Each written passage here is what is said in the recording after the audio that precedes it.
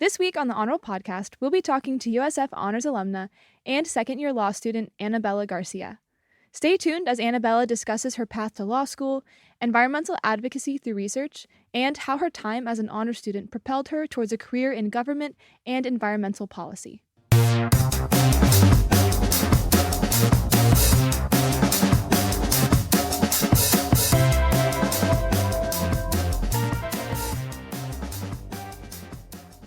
Hey Honors Bulls! Welcome to the Honorable Podcast, the flagship podcast of the Judy Genschaft Honors College Podcast Network.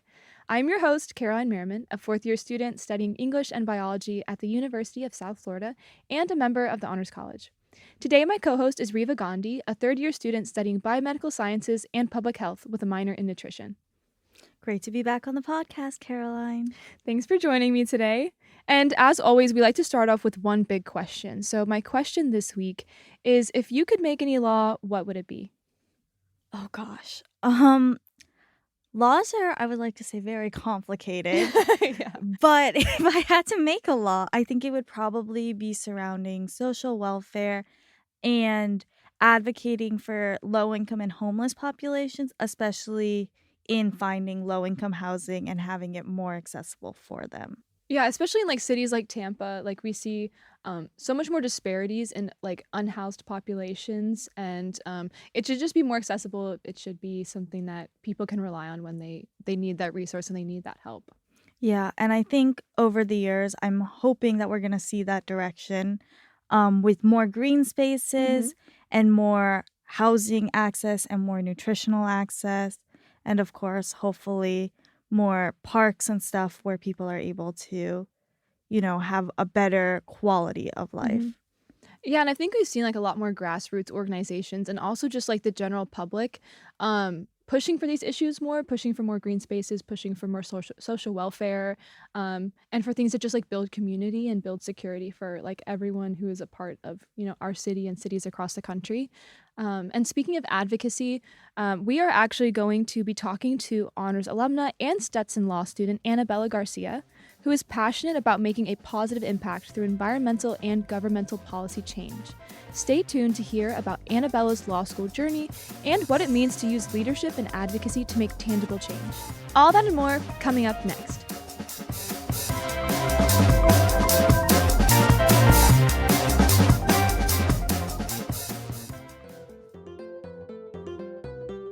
Hi, my name is Maya Ryan. I am a second-year computer science student here at USF. Being an honors student is really about being involved in a community, making friends with so many different people that are as excited about learning and as excited about giving back to their community as you are. Go Bulls! Hi, Anabella. Thank you so much for joining us today. To start off, would you like to introduce yourself? Absolutely. Hi, my name is Anabella Garcia. I'm currently a second year at Stetson Law. I graduated from USF St. Pete in 2024, I guess now, and I studied environmental policy there and government affairs. I'm originally from Miami, but I grew up half and half in Miami and Tampa, and I really like the Tampa Bay area, and yeah, that's about me. I also love the Tampa Bay because there's just so much to do and so much to learn and so many fun things here. But you were also a member of the Honors College during your undergraduate years. As a student, you were deeply involved with the Judy Genschaft Honors College Student Council at the St. Petersburg campus. Would you mind sharing your experience with us? Yeah, absolutely. We were actually the inaugural honor student council at St. Pete, so it was a really big learning curve. Trying to put together all these events for the Honors College that no one there had previously done. So it was a lot of being creative and experimenting, which was really cool because the Honors Council had a lot of, I would say, creative freedom on what events to bring. And we had a really successful, I believe, like trunk or treat Halloween drive. That was the first time we did it. And I still think that they are still doing it. And Stetson Law is actually involved in it now. So it's really great to see just kind of like my two schools still being so connected. I think it's really cool when you start something because you do get like all of that creative liberty to kind of like be the trendsetter and to start those like traditions that kind of carry on after you leave. As we know, like St. Pete campus has, I feel like, been growing a lot with like a lot of new students interested in just kind of like that area. What has it been like watching like their student body and their student council kind of take on more? I think it's great. I keep up with their Instagram, and they have so many more people. That was a big almost hurdle for us, was gaining interest from the student body in the honors council. And now I feel like they have really good turnout and a lot more community outreach events, and just seeing the students be able to participate within the honors college in those events is really rewarding that we got to start that. I think that's great seeing how it's grown over the years because a lot, you mentioned the trunk or treat. I'm sure a lot of that stayed the same, but it's also changed in various Mhm. capacities. But while you were there, what was kind of your specific role within council, and how do you think that helped contribute your approach in leadership or in the field of law? Yeah, absolutely. So, I was the event co-chair. My other co-chair was Abdul, who is like a USF St. Pete legend. So my role as the events co-chair was to organize social events for the honor student body. So that could be like we did a back to school game night. So we had like Jenga and Uno and a bunch of cards and competitions like that, just to promote community within the honors college in different ways. We also had a masquerade ball that we did my first year there, and I don't know if they still do that, but it was kind of like almost like a prom homecoming situation, which was really fun and exciting to be able to plan and, see that come to fruition. Oh my gosh, a masquerade ball? That I sounds like Yeah. think so much fun. I do think they still have that Oh, though. I've great. seen it a couple of graphics and stuff for it, Mhm. and it looks really cool. Yeah, I think I love Fun. all those opportunities, because, like, there's so many students, like, they're from out of state or they're from, like, they're international, and it's like, those are ways that, like, maybe that's where they make their first friend, maybe that's where they meet a new roommate or, someone who, like, is gonna just be there for them throughout the rest of their time in college. Um, you mentioned that you are now a student at Stetson, so kind of pivoting to, your time in law school. You are in the 3+3 program. What does this accelerated program entail? Can you just kinda give us some details on what that's like? Yeah. So in this program, your senior year at USF, your undergrad, is your first year at law school. So the credits kind of transfer back to USF and then you graduate the next year. So it's kind of weird because you're in law school, but you don't have your bachelor's yet, which is always really difficult to explain to people. But it was really interesting because you're taking the LSAT and all of these preparatory exams and other materials way before you would think that you would have to start doing that. So it's kind of putting yourself in the mindset that I have to plan out so far in advance for something I didn't think I would be doing yet. But it was really rewarding to be in that program and still be in that program. And I had so much support from the honors faculty there, especially Dr. Wilkins and my honors advisor, Danny Saluna. And she was just such a rock. And they were so encouraging in pursuing that, even though I felt like I might be too young or I might not fit in there. So it was really great. No, I agree. I think a lot of undergrads struggle with that transition from their bachelor's or their undergraduate experience into their graduate program. But I think once they're there, they really find a home because they're studying their passions now or they're studying directly towards their goals. And I think it's great that the Honors College is able to help guide you in that. But what is Stetson like? Do you like it? Can you give us a little bit of the tea? The tea. I love Stetson. I love it so much. Well, I stayed in St. Pete obviously because I loved USF St. Pete so much. So I still enjoy the beach and the whole St. Pete community. It's a very much more down to earth vibe at law school as a whole. And I'm focused on environmental law right now. That's what I want to do in the future. So being able to do that at Stetson in Florida with so much natural environment around us has been really great. And I really enjoy the community there. And like I said, it's very laid back. It's not as almost suffocating as you'd expect Mhm. law school to be. So, being someone who, like, transitioned to, your graduate program early, like, what was conquering that culture shift like and, shifting into this graduate level of coursework and atmosphere?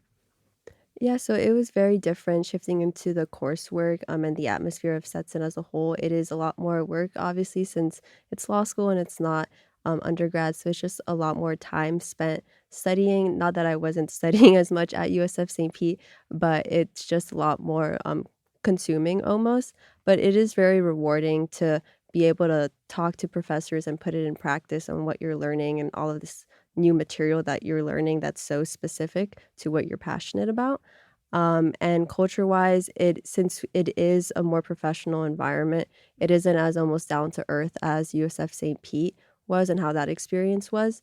But it's just kind of shifting that mindset into being like, now it's a different stage in life almost. So just being able to shift that way was, it definitely took me all of my first year to figure that out.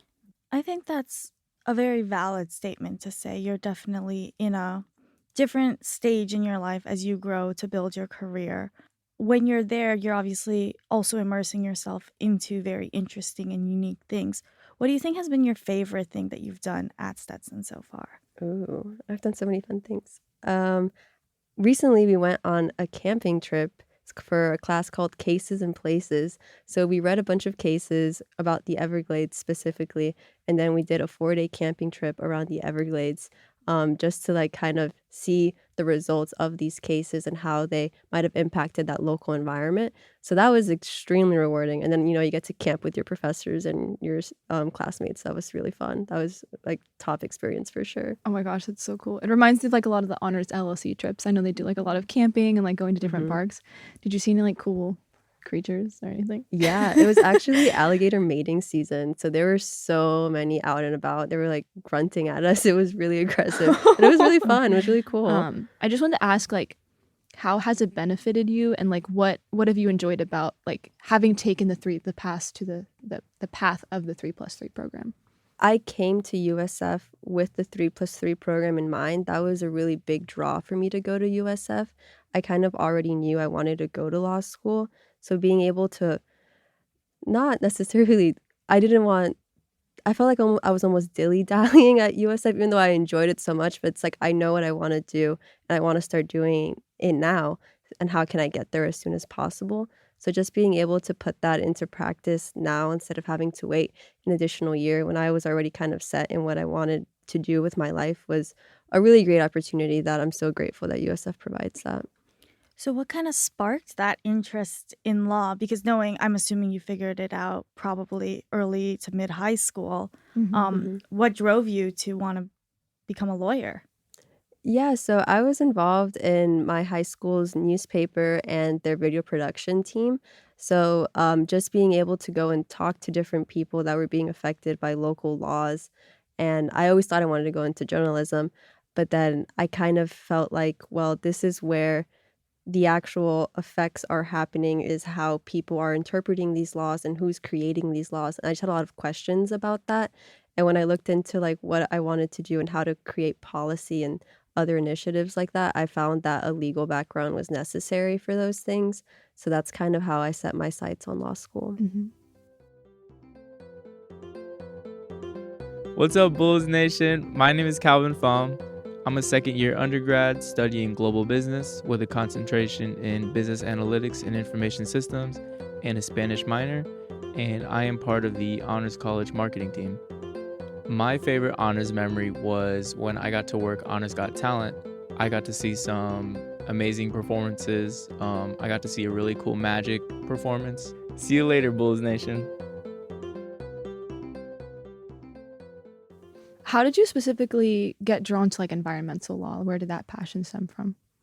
Honestly, I have to credit that entirely to USF St. Pete. I did not think that environmental policy was gonna be my thing, and I took a more, like, discovery approach. I majored in interdisciplinary social sciences, so it's really open-ended, and I picked environmental policy because I just thought it was cool, and, I fell in love with every single class I took. I thought it was so rewarding, and then we got to go out in the field, like, in my environmental science classes, and being able to see again, like the actual landscape that was being affected by these policies we were learning about in class. It was just really impactful. And I feel like it's such a good place to have these hands on experiences in that environment. Yeah, especially when we live in a state with like so many like natural resources and beautiful areas that are like so threatened by like development. Mhm. I love that your classes like gave you the flexibility to explore different areas of law.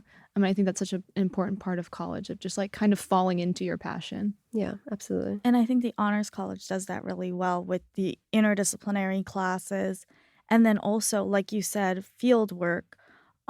Did you participate in any research or anything during undergrad at USF or during your first 2 years at Stetson thus far? Yeah, at USF, I took a capstone course with Dr. Wilkins, and it was about dementia and art and how to heal through art, which was really cool because we got to almost be docents within the James Museum and walk around these elderly folk around the museum and see how they would react to the paintings and document that and how it made them feel and what it made them recall and what emotions, which again I think is a great example of the interdisciplinary nature of USF because as an environmental policy student it's almost like why are you in that class, but it was just something that like resonated with me, and I'm really thankful I took that class. And then at Stetson, I've been doing a lot of research on environmental law topics, specifically Florida's surplus lands. So, kind of how the government can decide whether or not to get rid of lands, and what that process looks like, which is not as regulated as you may think. That's pretty interesting. Going back to the dementia and art research, I've actually been reading a lot of studies that are not just happening in Florida, but I think there's one that's happening in Chicago. And I think that's really cool and really impactful to do no matter what you're going into because it gives you that overall generalized Mhm. perspective. Yeah, and I mean, it's obviously something as well that you've gotten to carry into like your graduate career looking into research. You recently presented your research at Yale Law School's Environmental Law Conference. Can you tell us a bit about the research you presented there and what was it like to attend such a prestigious conference? Yeah, so the research I presented there was the Florida surplus lands research I was Hmm. discussing earlier. Hmm. And it was really just an eye-opening experience because I had never been to a conference out of state before. So to be able to hear from all of these different people from predominantly the Northeast, but around the country, and what environmental issues they were facing in their respective states was really interesting. And just like the eloquence and the formality of it all was really amazing to experience as well. Is research like a really common thing for students to do in law, or is it just something that you took interest to and it kind of became like a passion project of yours? Yeah, so it's not very common. I would say it's much law school is much more about like almost memorizing what you're being taught in school is a big focus and putting that into practice. Um, I'm part of the Jacobs Law Clinic at Stetson, where we do environmental work pro bono. And that kind of led to a lot of my research interests. And through the support of my clinic director, Professor Lopez, I was able to put that in practice and kind of develop and flesh out that idea. That's super cool. So this law clinic, can you tell us a little bit more about what your day-to-day looks like there and how you hope to carry on these ideals as you move forward in your career? Yeah, so there, the day to day can really be very different. I probably, at the time, I was probably working around 15 to 20 hours a week, doing environmental work, which that can range anywhere from policy to more litigation heavy, but just having hands-on experience with groups that are being affected in Florida or even like in the local Tampa Bay area was really eye-opening to see that, some of these things are happening right down the street.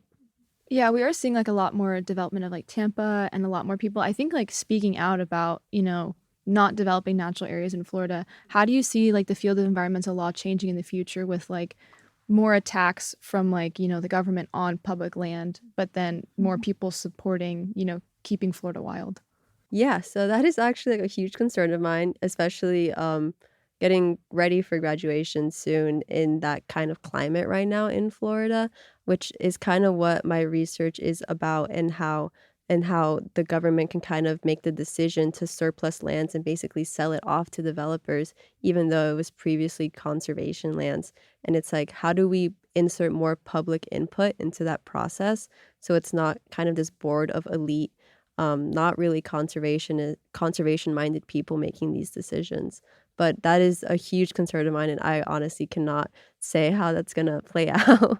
Have you already seen some of those shifts in the environmental law climate due to the political laws and policies that are currently being passed? I have not directly seen any. I think that as a whole, with the people I talk to at least, there is kind of an attitude where it's like we're kind of almost like gearing up, like almost preparing ourselves for what we're going to walk out and, enter practice into in that environment. Um, but I cannot say that I've seen any direct effects yet. Yeah, kind of looking into the future, as you mentioned. What do you hope for your future career in law? Where do you see yourself, going, post graduation or in your next few years at Stetson, even? Yeah, so I really want to go into environmental law, as I've mentioned. I want to stay in the Tampa Bay area or at least Florida.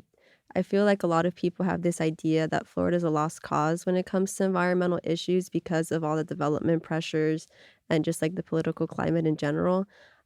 So I do think that I would like to stay here in Florida and kind of, fight the good fight for environmental issues here. That's so sweet. We need more people. I know, We yeah. need more Please don't people give up. here. Um, and I know you mentioned earlier that that transition from undergrad to grad school is a really tough and tedious almost process. What advice do you have for current students who are looking to go into law school or some sort of graduate program? Yeah, I would say especially for people considering the 3+3 program to never feel like you're not young enough. I mean, sorry, to feel like you're too young to be sitting at that table. You know what you're capable of and that you deserve to be there. And I feel like that's something that I should have been more mindful of thinking. When I was entering this process, I kind of just assumed like, oh, it'll be fine and I'll integrate well and it'll be super easy. But it's something that you have to be really intentional about and how Mhm. you present yourself and hold yourself very confidently so that people don't underestimate you just because of your age or where you come from. Yeah, I think that's a lot of people commonly feel imposter syndrome when they're Yeah. in a place where like everyone's older. You just assume that everyone's experiences matter more than yours. And just like you said, I think if you're just like running on your passions and your knowledge, then, feel comfortable, stand in that power, and like do your best to just, move forward and like pursue your career. I do want to touch back again, a previous question. Do you have a favorite like honors memory or experience? I would say any Dr. Wilkins course I took, she is like my idol at USF St. Pete. I am so thankful for her for everything that I feel like everything that I've accomplished is due to her and her guidance at USF St. Pete. I really enjoyed that museum class. Involving dementia and healing and art and how all of those are related. I also enjoyed we curated a museum exhibit, in the Museum of Largo, I believe, and kind of studied how the water and the people and the culture and how that evolved and actually made an exhibit for a museum there, which was super cool. And I also took her acquisition of knowledge course, which was the introductory course, and that was really interesting as well. And yeah, I feel like every class with her was a great memory. Yeah, I think I've had professors like that here at the Honors College, but comparing, all of your honors classes and undergraduate classes to Stetson, has there anything in particular, maybe a class that you've taken or some extracurricular that you're involved in that has really stuck out to you over the last 2 years? So what stood out to me the most has definitely been the Jacobs Law Clinic, kind of both as an extracurricular and as a class and being a learning opportunity there.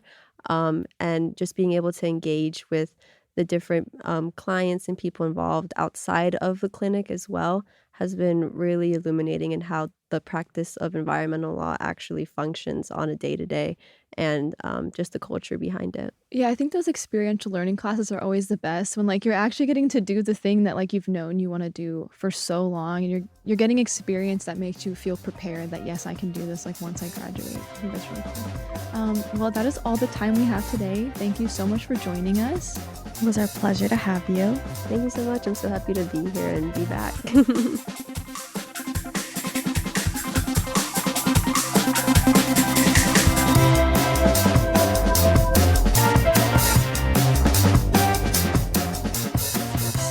So, Caroline, we're back in the studio and we just talked to Annabella. What did you think?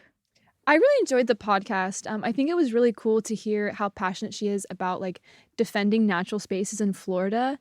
I think right now, just like our political climate, you hear a lot of doom and gloom about just like the environment and just like public policy in general. So it's really inspiring, I think, to see people our age who are like actively fighting against that. And I love that she's gotten some hands-on experience through her law clinics and that Stetson is really providing that fundamental information that she's going to need while she's out there in a couple years fighting environmental policy and such. And if you're interested in programs like the Stetson 3+3 that Annabella did, or in opportunities at the Honors College, don't forget to check out the Honorable newsletter and our website at usf.edu/honors for upcoming events, updates, and news. That will do it for this week's episode. The Honor Podcast is recorded in the Judy Genschaft Honors College at the University of South Florida Tampa campus. Production assistance is provided by honor student Sandra Napolitano. Thank you all so much for listening. Please do not forget to rate and review our podcast. We appreciate your feedback. Please join us next week to hear about what we're up to at the Judy Genschaft Honors College.